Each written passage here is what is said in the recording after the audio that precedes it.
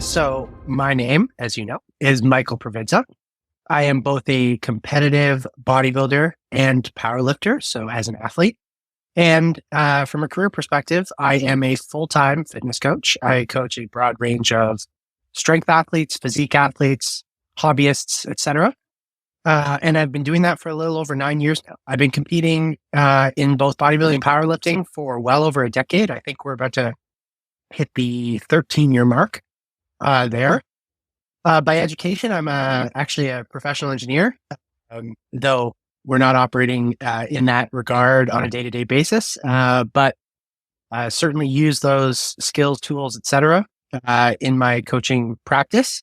And yeah, that's today we're going to chat a little about me as an athlete, maybe a bit about me as some coaching and mentorship stuff, and take it from there. Yeah, it was a very natural experience, honestly.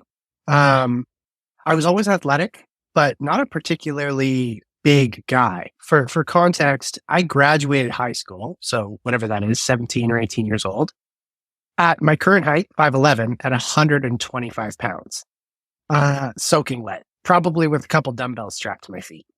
And at present, for those curious, I'm about 225 pounds. So that's 100 pounds of lean tissue, which did not find its way onto my frame overnight. That was, almost 15 years in the game now, right? Growing up, I was a hockey and a football player, both at a competitive level for both. Those sports were my life growing up.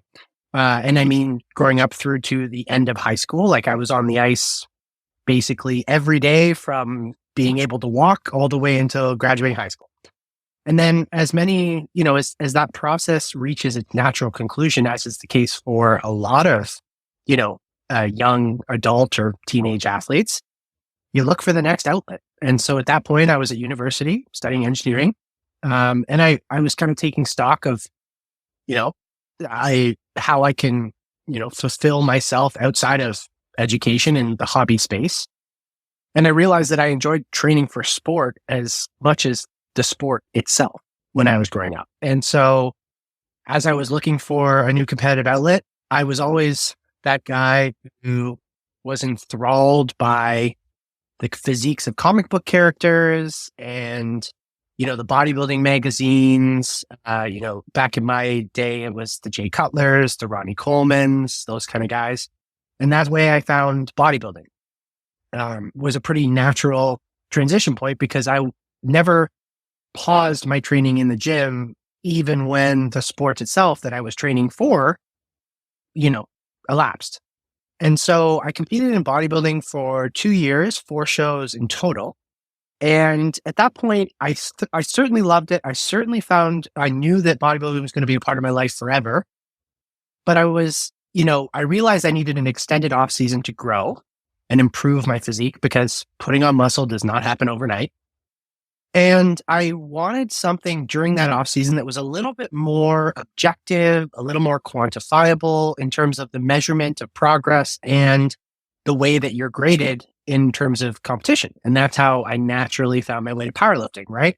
I was already doing, a lot of the big 3 compound discipline movements, squat, bench, and deadlift.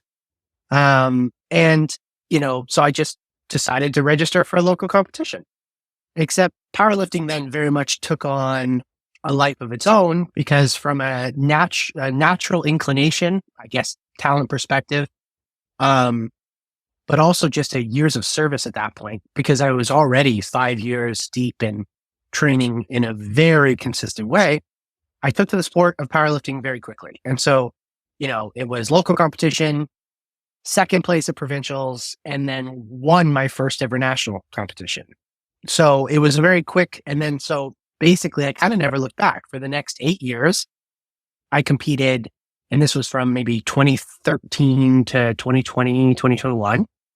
I competed solely in powerlifting, predominantly only at the national and international levels, for a period of 5 years, 6 years, for Team Canada, representing Team Canada. And along that way, was lucky enough to secure 2 national championships, 8 Canadian records, a bronze medal in the deadlift at the World Championships in the IPF, and a gold medal overall at North Americans. So a pretty good, laundry list of goals. And uh, after that point, the pandemic kind of, was there and took hold. And for me, almost all of my competitions at this point are travel competitions. They require, whether I'm competing in Finland or Costa Rica or the States, wherever it is, those all got completely placed on the back burner, right? They got canceled. And for me, the opportunity cost, any type of training is a cost benefit or a trade-off.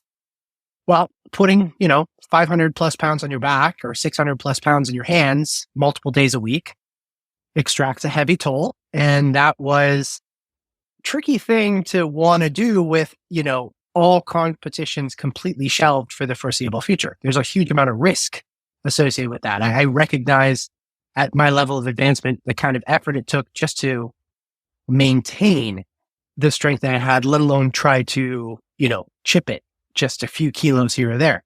And so that sort of naturally swung that pendulum back towards picking up kind of where I left off in the bodybuilding space, where I hadn't been at that point in 8 or 9 years. And it actually came out to 10 years to the day between times that I stepped on stage, which is very cool. And so that's where I kind of spent a year through 2022, just focus on, filling in the gaps of my physique that sometimes are not spoken for in a powerlifting centric program. And then spent all of this year preparing and subsequently competing back in the bodybuilding space. And I'm pretty confident I say that though powerlifting, I'm registered for a competition in 2024 already. And so powerlifting isn't going anywhere. Bodybuilding certainly is now going to be moving forward. I found that passion for it again. I've put on 10 years worth of tissue that I want to, make good upon. And so for the next, I don't know, at least a half a decade, bodybuilding is certainly going to be my labor of love. I guess in my experience, like when I speak to a competitor of my level, I'm speaking less about the absolute level that I compete at, which would be, national and international level competitors, because that's a lot of that has to do with genetic predeterminants, et cetera. And I work with a lot of clients who are at a similar level of advancement as me in terms of their training age and how many years of service they've put to a discrete task. And I think more about, somebody who's, very close to maxing out their genetic potential. And that's take, my subsequent answer with that frame in mind.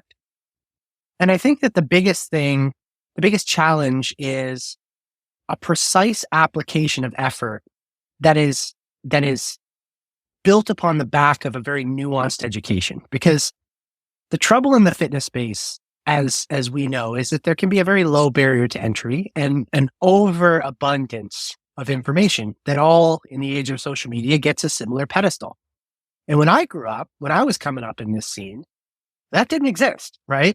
There wasn't this, readily available funnel, if you were, of what I like to think of myself as very, educated and experienced coaches on hand that you can reach out to learn from and get mentorship from. There wasn't, YouTube in the space. And I know I'm just starting to dabble as an educator in that space myself, YouTube specifically, and putting the thoughts that I had both in my head, the thoughts I deliver to my clients on a week-to-week basis in a public forum, at least in piecemeal. That is something that's a huge part of 2024 for me, actually. I have a pipeline of like 50 videos, 6 of them already recorded. So there's much to come in that regard. But like I said, that information just wasn't available then. I was, scouring the bodybuilding.com forums, trying to, sift through 99% garbage to find the one nugget of wisdom. And the way that I kind of got myself to where I am now is by brute force. I had to make every mistake in the book that resulted in a lot of wasted time, a lot of lost progress, more significant injuries than I care to mention, right? And in my experience, like people getting to this level, the thing that breaks them and makes them a lifetime intermediate athlete and not an advanced trainee who competes at the highest level is spinning their wheels or regressions because of improper application of effort. Because like you can get really, really far with or without decent genetics from just hard work and consistency over a long period of time, right? Like 80-20, you can get 80% of the way there. But at the level I compete at, those variables are the price of admission, like barely. They're actually just a couple components of the price of admission, right? And so if you're not dotting your I's and crossing your T's each and every day, you are potentially not progressing at this level. You can do almost everything right and barely tread water. As I kind of discussed before, of what prompted me from being powerlifting and shifting back to bodybuilding was that I knew what sort of effort it took under a barbell each and every week to even just have a shot at progressing to loads my max lifts, right? Just to have a chance of it. It's not that like, and then, after I've dotted those I's and crossed those T's, then the stars kind of had to align a little bit just to see that come to fruition. Now, what those, nuanced details are going to be different, which phase of a competitive season we're talking about, off season versus a contest prep or a meet prep, etc. But it's the simple variable, simple, not easy, of managing fatigue and stress, both acute fatigue and stress and systemic chronic long-term fatigue and stress. Because as I kind of described to my clients, like living to lift another day and sometimes, taking a little bit less, being a little, less than satisfied, because a lot of the people at this level are very ambitious athletes with a drive. Like I said, those sorts of dedication, those are the price of admission. Like it's kind of like if you were the valedictorian of your high school and then you go and get into a prestigious university. Well, then you show up on day one and there's 400 yous in the lecture hall, right? Because everybody is like you. And that, when you get to that level, you realize that it's just you come to a different pond, and a lot of those people, everybody is doing all of the right things day in and day out. And so sometimes it's learning, in my experience, when to take your foot off the gas so that you can learn to live to lift another day, and having more of a stoic view of the competitive life cycle as a whole, and not trying to maximize each and every day and squeeze the blood out of each and every day's stone. That's probably one of the bigger challenges for competitors at the highest level. Oh, a lot. Now, if we're talking about, competitors at peak performance, luckily in 2023, those competitors, at least in a powerlifting context, are starting to come around to the importance of nutrition, right? The bodybuilders have always gotten this right, because you're not getting to competition shape without basically, controlling every bite of food that goes into your mouth. But powerlifting, it's a weight constricted sport. So as long as those athletes were staying within, striking distance of their weight class, they felt that they were checking the boxes, right? For lack of a better term. And that's not the case, because obviously not all nutritional approaches are created equal. And so, a huge amount of fatigue, our work capacity as a whole in the context of a gym, in a training day, in a training week, is going to be heavily determined by the quality of our recovery, right? Managing sleep and nutrition being, the pinnacles of those pyramids. Supplementation far and away further down the laundry list. But, fatigue, we are all human. And so, whatever that saying is, like, fatigue makes cowards of us all, right? That is real. And we are all going to reach in our training a multiple stages where, kind of like a pitcher, for, sometimes that simple, big, major sports analogies tend to resonate well with people. If you think about baseball, pitcher goes out there in the first inning, and he's just striking everybody out. But then he gets through that second or third time through the rotation of batters, and now they've seen him pitch a couple times and they start hitting him up. He has to make an adjustment. Well, you're going to encounter a lot of those opportunities or necessities to make auto regulations or course corrections over the course of your athletic career. And a lot of the ones starts with, they get very far on just hard work alone. And the first, in my experience with working with clients for over 9 years, especially strength-centric clients, is they're not managing their nutrition, both holistically in terms of calorie balance, in terms of macronutrient distribution, in terms of minerals, in terms of hydration. Hydration is a huge one for strength athletes because it has the most significant acute effect on their performance on a day-to-day basis. That's often the first variable that is identified when progress stalls as being low-hanging fruit. And a lot of people, because of, a lack of nutrition, it's a tough one because it's that variable which puts us all, like I've said, I think already once, we're all very human. And so, nutrition is that variable that will cause us to, like everybody, no matter how disciplined we are, 8 p.m. rolls around and that discipline starts to waver, right?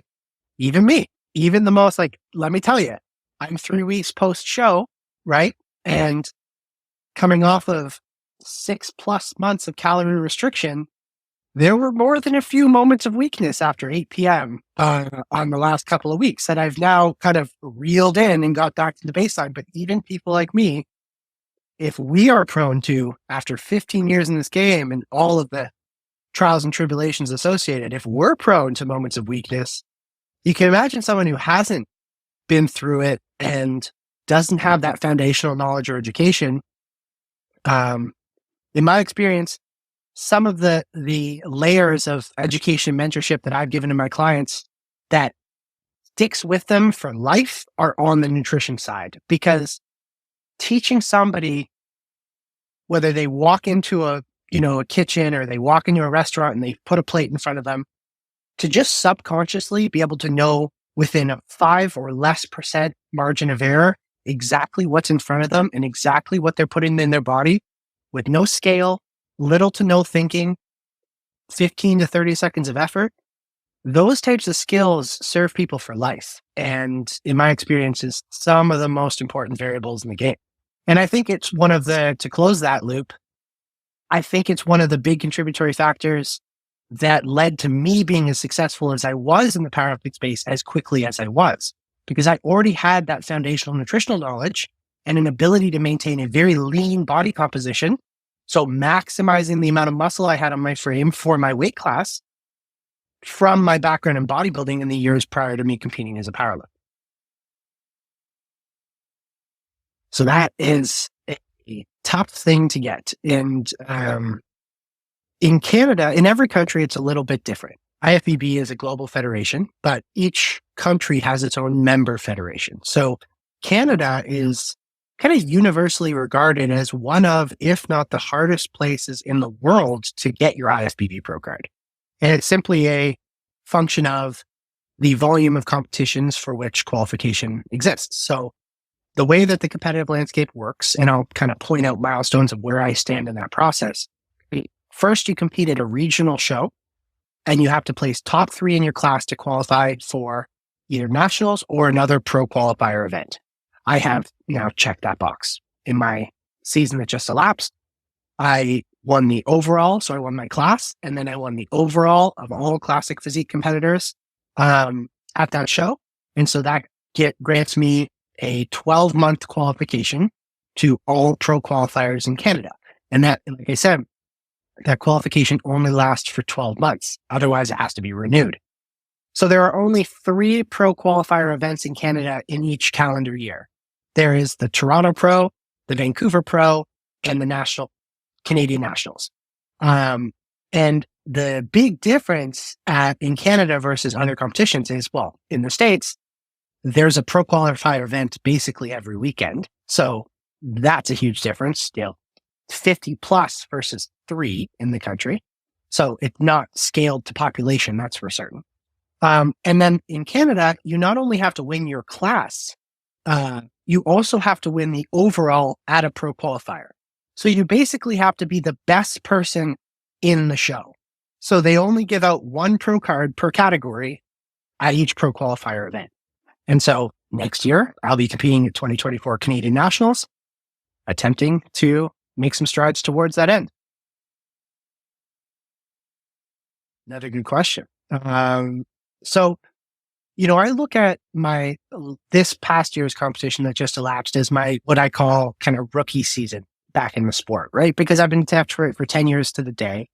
And I was going up even this past year against guys who have been perennial competitors for 5 to 10 years. That's been, the primary, if not sole thing that they do from an athletic perspective. So my expectations for the season that just elapsed were just to get on the board, basically put my foot out there, make a statement, qualify for nationals.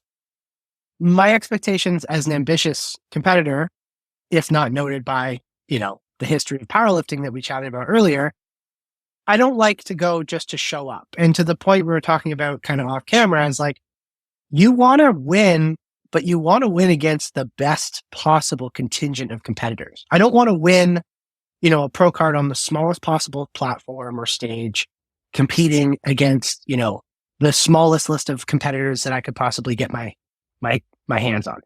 I want that stage to be stacked with the best guys in the country. And then I want to somehow just eke my way to the top of that. So next year, I don't just want to show up at Canadian Nationals. The goal is to come top 3 in my class. And in addition to being top 3, I need to come away with data because I'm a data-driven coach, right? And I also, though this is a very rare thing, I'm one of the very few people who self-coach myself to the stage. So even coaches in the bodybuilding space tend to have coaches. And I have had coaches in the past and mentors that I've learned from.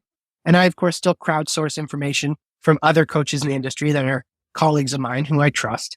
But this past year and forecasted for next year, I plan to self-coach myself all the way to Canadian Nationals and hopefully beyond. So another output in addition to coming top 3 is I want clear and direct both comparison and feedback on what gaps I need to fill to become an undeniable pro level caliber athlete, right? I want to be able to see myself directly on stage against the guy that does turn pro, if not myself. And I want to say, if I do X, Y, and Z, and I reverse engineer that to actionable steps and timelines to achieve it, as any good coach would, I want to be able to know that by, in relatively this time frame, I can fill in the gaps to be basically undeniable. Yeah, so the Olympia Amateur is a prestigious event. Obviously, the Mr. Olympia contest for anyone even adjacent to fitness, more or less at this point in time, knows what it is, right? It is the pinnacle. It is the Olympics of bodybuilding. That is where the best of the best IFBB pros only compete. They have to, very specifically win pro shows to qualify for that event. And where they gather together once a year and figure out who is the best in the world. And whoever wins the Mr. Olympia title is the best in the world. And then there's the whole fitness expo that goes along with it.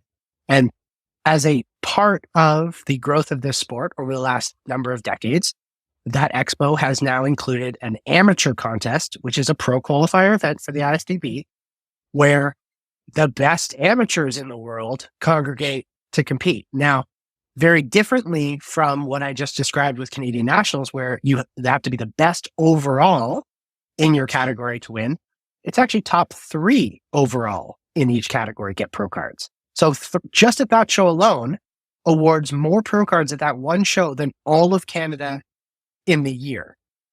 So that puts into perspective what I was kind of alluding to earlier. And so it stands to reason that someone like myself, should I qualify Canadian Nationals this year, it being literally the next week, already in peak condition, would love to go there, experience the expo, and put myself against not only the best people in Canada, but myself against the best people across the world, right? With the States being very much the mecca of bodybuilding globally. My goal for that one a little more nebulous because of the volume of competitors that are competing. We're talking if memory serves, the better part of 1,000 amateur competitors compete in that event. I would love a top 5 finish in my class. That's kind of, I don't come to just show up. I want to be knocking on the door, even on my sophomore year of bodybuilding. I want to be knocking on the door of a card. And I think that I have the chops to do that. And I guess we'll find out in 10, 11 short months. No, that's a very good, I think you kind of nailed it in the question. And that is, in my experience, both in my own personal success in powerlifting, but also now being colleagues with some of the better powerlifters in the world as well, and knowing their journey from a personal perspective, mine and their success in powerlifting is in huge part due to the athletic base that we have built prior to joining the sport. Like the 5+ years of direct experience of resistance training in a more broad context, not powerlifting specific, prior to joining, as well as the athletic background that I have, I recognize that not everyone might come in with that time. Like the athletics that I did prior to powerlifting, that time may have elapsed for a lot of people. But what never elapses is the ability to not hyperfixate on the big 3 movements straight out of the gate. So, I mean the disciplines of the squat, bench press, and deadlift, both in terms of the frequency you do them, the specificity or priority you place upon them, both on how competition specific they are, how much they, how big of a priority they occupy within your program as a whole. I think that all powerlifters, both novice, intermediate, and advanced alike, should be doing more hypertrophy work than they think they need. The cross-sectional area of a muscle is a huge determinant of its strength. Not only because you have both the size of the tissue and the neuromuscular efficiency, the ability for that tissue to have a strong contractile velocity, right? And so for me, a huge rate limiter that I see among, novice or new powerlifters, both hobbyists and competitors alike, is a hyperfixation on the big 3 movements. That doesn't mean you don't do them. It just means you should do a heck of a lot more than just them in the context of a holistic program.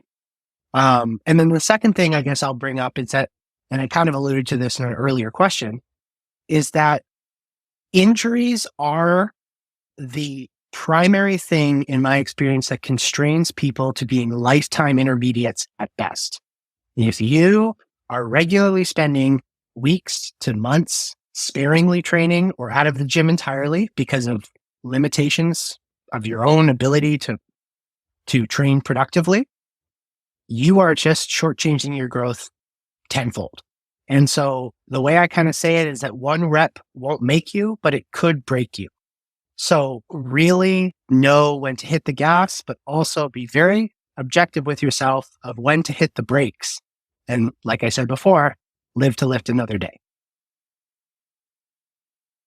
Yeah, no, that's a good deviation, because I do look at, though obviously the way that we operate in the gym overlaps in a huge way, the way we operate in the kitchen overlaps and should overlap even more.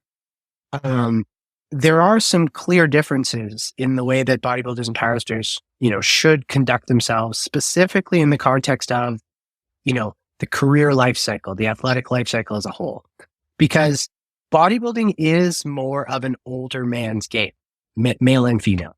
Powerlifting is certainly something that requires a, base of musculature. I just spent 5 minutes talking about the importance of building an athletic base and strength base, broadly speaking. But building muscle happens a hell of a lot slower than building strength. It's like watching paint dry, only 1,000 times slower than watching paint dry, right?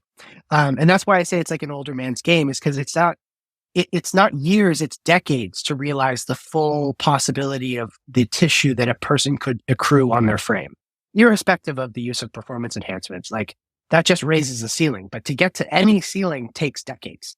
And a quote that I really like is that I think summates the bodybuilding recommendations nicely or succinctly is, if you can wait 90 days for a result, you can win. If you can wait a year, you can win big. If you can wait a decade, you can be the best. And this applies to more than just bodybuilding. That applies to life. It applies to any skill-based anything in life. And I subscribe to that very heavily. Like if you're new and aspiring bodybuilder, whether you hope to compete or not, because there's even more aspiring people who want to build a physique than there even are across a broad range of hobbyist strength athletes, right? Or people like me who want both, right? Now, don't worry about the perfect program, the perfect split, the perfect volume requirements, et cetera. Everyone majors the minor and misses the forest for the trees. That's not to say that those variables aren't important. And you should, as a healthy nerd myself, I have spent thousands of hours without exaggeration, educating myself and now mentoring others on those exact topics. But what a lot of people miss when it comes to bodybuilding is you can't, out-science your way to progress. It is an experientially driven sport, and your results and your mileage will vary. Like, they are highly individual. Bodybuilding is way more genetically predetermined than people give credit, both in terms of your ceiling, but sorry, we can't decide our parents. So that variable has already elapsed. It's out the window.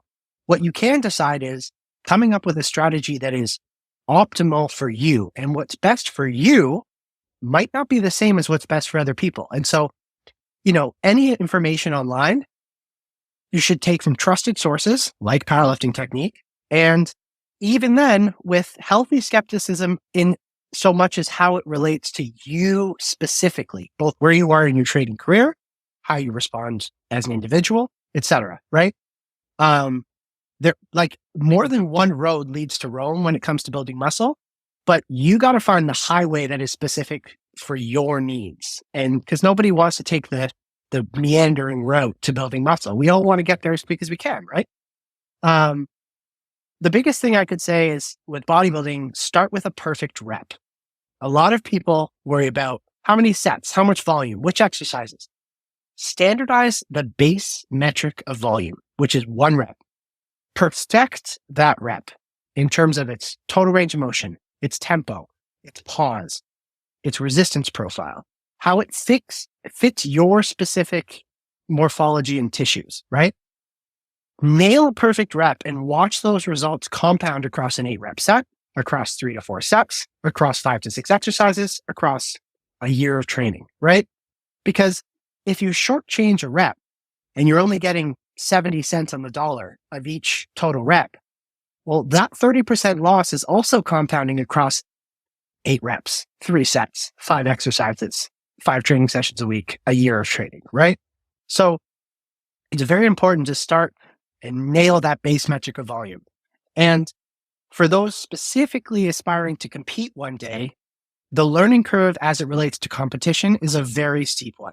There are a lot of potential dangers involved with getting exotically lean, and there's a lot of snake oil out there. So I really do not believe any first-time competitor should be attempting to go it alone without the experience of a coach or mentor with a track record, both personally and with clients. It's important that they have felt that some level of competitiveness. They don't need to be Mr. Olympia, but they do, in my experience, need to be able to shown the ability to go there, the ability to take their body to whatever their exotic endpoint of physique development is. And like I said, really to mitigate those risks and do it safely, because powerlifting, everyone understands the acute risk. You bail a squat, you can tear something, you can seriously hurt yourself. I don't think that comes across as obviously with bodybuilding. And I would say the risks in the physique sports are significantly greater. They're just a slower burn. So for the aspiring competitor, the learning curve is steep, and I strongly recommend taking guidance. Absolutely. So there's a few ways you can find me. Obviously, email is a great one. That would be mike@masterathletic.com. That's the coaching team which I am a part of, as well as on Instagram, first name, last name, Michael Previdsa. You can find the last name if it struggles to come off the page in the show notes. But I'm always open to a conversation. Happy to set up a free, quick Zoom call or consult to talk about your goals. I work with, a really broad range of athletes, both competitors and just dedicated hobbyists, about a 50-50 cross section over the years of men and women. I've worked with athletes, everything from 15 to about 60, early 60s. About a 50-50 spread between powerlifters and bodybuilders. And that's something, and hybrid athletes. So dual athletes who compete in both or have serious interests in both and are trying to maximize their progress in both concurrently. And I think that is, something I making great effort to maintain, is to stay very active in both spaces. And that's actually why I'm pushing a return to the bodybuilding spaces, because I like the idea of having, as a coach, you are a product of your own product, right? You have to show that you're able to, walk the walk, talk the talk. And I'd like to think that my CV on the powerlifting side of the equation sort of speaks for itself for life. John Mayer had a great quote that I kind of reference here a lot of the time, which is like, your early body of work should be like your greatest hits. It shows everybody the extent or totality of what you can do. And then after you kind of achieve that, you want to drive slow enough that you yourself can look out the window. And that's kind of what I'm trying to do now in that powerlifting space, is provide that mentorship, et cetera. And so, for those, I work both with, like, I don't only work with high level competitors, and also there's going to be a lot of great content coming out on YouTube. You can find me under the same name, Michael Previdsa, over 2024. So it will be both strength and hypertrophy centric, basically right down the middle, because as both an athlete and coach, that's exactly where I sit, is threading that needle right down the middle between the strength and hypertrophy side of the equation.